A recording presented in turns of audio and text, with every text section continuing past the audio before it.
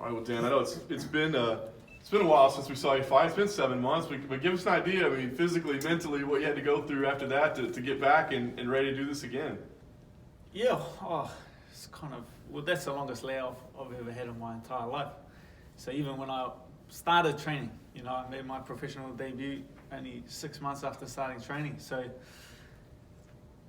this is and then I've just been fighting back to back, MMA, kickboxing, anything. So that's the longest layoff I've ever had in my life, and it's just brought back, put a time to reflection on how far I've come and what I have left, and I'm just more motivated than I've ever been in my career. You got a lot of credit in defeat last time out. A lot of people saying, hey man, just tough as nails, all the respect in the world. I mean, did you take that? Were you able to walk away from that and go, yeah, I'll accept that?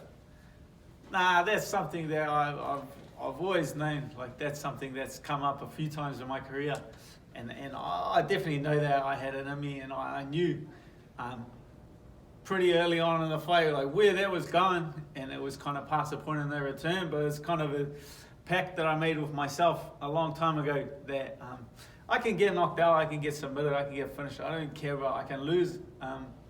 I can live with that. Obviously, it's still painful, but I can live with that. But quitting on myself is something that I just can't live with. So that's why I had to keep going, man. Were there moments in there that you thought like, dude, I don't know if I can do this anymore? I mean, were there like moments where you had to check yourself a little bit? No, that's the funny thing about it. It wasn't like a difficult decision for me. It is what it is. I knew that that's where I was going. It wasn't at any stage that I second guess it or look for a way out. Look, very easily I could have ended that fight. As like a veteran, you've been put in those positions. You know the things. When the doctor waves the stick in front of you, all you have to do is not look at the stick. It's as simple as this. It's as simple as looking straight ahead when the doctor goes like this, yep. and the fight is over.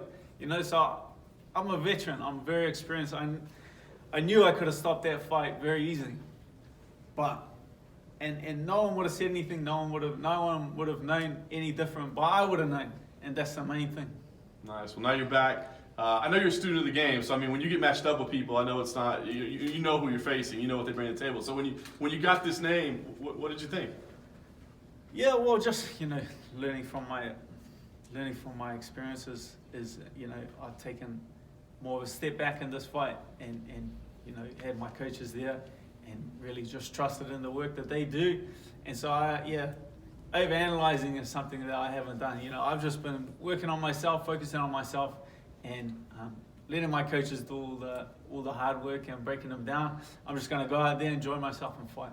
Do you think were you guilty of that in the past? You think of overanalyzing things and breaking? I thought that was one of your strengths, is the fact that you could break down fights so well. It's good when it comes down to coaching. Like, I've got my own fighters, my own gym, and it's very good when it comes to coaching. But there are times when you need to take your coach's hat off and just have your fighter's hat on and go out there and fight and enjoy yourself. So fighters fight, man, and it's a coach's job to do all the hard work and all the analyzing and things like that. So yeah, that's just something I picked up from the last fight. Nice. And last thing for me, give me an idea. What are the goals here? I mean, what are you hoping to accomplish? Is it just get back in the win column? Is it to put the last one behind you? Is it something you want to do here? I mean, what is the goal for this fight? Yeah, well, I feel like a win over Vick puts me back where I left off. Like, it's not, this isn't just a fight to get me back on the road. This puts me where I left off. So in one fight, to turn it all around and then look for a higher ranked fighter is, it's exciting. It's exciting to turn it all in one fight. When you're talking about, you had to go through like the self-reflection and everything after that loss, like was it like did you go to like a dark place, or was it like just a thing like you really need to reassess everything, and how was working through that process? Yeah, man, that's a funny thing. Like, I was back to training pretty soon after that. I was back coaching on my gym a week after. I was back training a few weeks after that, just working on technique and my skills. So, look, no one's more honest with themselves than me after anything. So that's the thing. I didn't take any one lesson from it. It's not like I put it down to one thing. I learned 10, 15 things, and I changed all of them. So it's that every time, because the same my first ass whooping ain't gonna be my last one. I've taken a lot of hard losses in my career. Pretty much, if there's a hard way to do it, I'll find it, and I'll do it a couple of times. So that's not even like lessons that I've. They're not even new lessons. I'm just relearning old lessons, man. But it's all to kind of build me to the fighter that I vision in my head and where my direction's going. Because you can't, I don't feel like I'm the complete version of myself yet, and the fighter that I'm developing into. I feel like I'm still a way to becoming that complete fighter. You talked about having your own gym, coaching fighters. A lot of people say that doing that helps you actually improve your own technique. Do you find that's the case? Yeah, 100%. Anything I want to work on, I start coaching in my gym, and you just learn. You just running over the fundamentals so many times. Fundamentals. So you can work on all the like high level stuff with your coaches, and it goes like you kind of go down a rabbit hole where you're just going like deeper and deeper and deeper, and things get like over analyze, and they get overly technical. So then when you come down to coaching and you're just coaching someone from scratch and teaching the basics and the fundamentals, you remember how important they are, and you're just running over them every day. So you're getting a bit of both. You're running through all the fundamentals, and then adding depth to your game with your own coaches. You recently took a page out of Al Iaquinta's book, getting the real estate qualifications. Do you plan on doing that as a side business at all, or? Yeah, that takes a bit of attention. So that's another thing I took from the last fight was not trying to take on too much and do too much outside of the ring. So I just knew after that fight I had a bit of time to kill. So that was I just went through all the qualifications and things like that and get qualified. So having a lot of options is never a bad thing.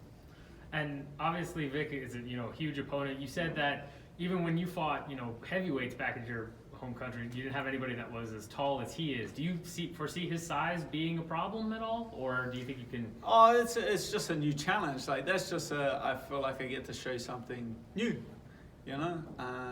Fighting shorter guys, and most of my careers, early on is fighting shorter guys that want to take you down. So now a taller guy that wants to strike. Look, it's not, but I have a lot of them in the gym, and I have more than 10 years of experience of fighting taller guys in the gym. So it's interesting to get to display something that I haven't been able to display yet in my career. So I take it as like a new challenge, an interesting challenge. Rather as like a obstacle. And you also said that you hadn't even heard of San Antonio when you originally got got the fight. Now that you've been here, what do you think of it? Is all right? How's it compare to other places? Yeah, no, I like San Antonio. I've been walking around the Alamo, and I like it. There's a lot of Mexican culture here, a lot of Spanish architecture, so I feel like it's a beautiful place. And if you could give me a prediction for the fight, how do you see it going? Yeah, I'm not too good at predictions. It never turns out the way I want it to, but I feel good for this fight. I feel like it's going to be a very dangerous fight. Both of us can knock people out. Both of us can submit people. I feel like first one to make a mistake, but I'm feeling extremely confident going into this fight. I feel like I'm in a position where I just can't lose. Like everything's riding on this fight, and I'm just gonna go in with that mentality. Good. Thanks, guys.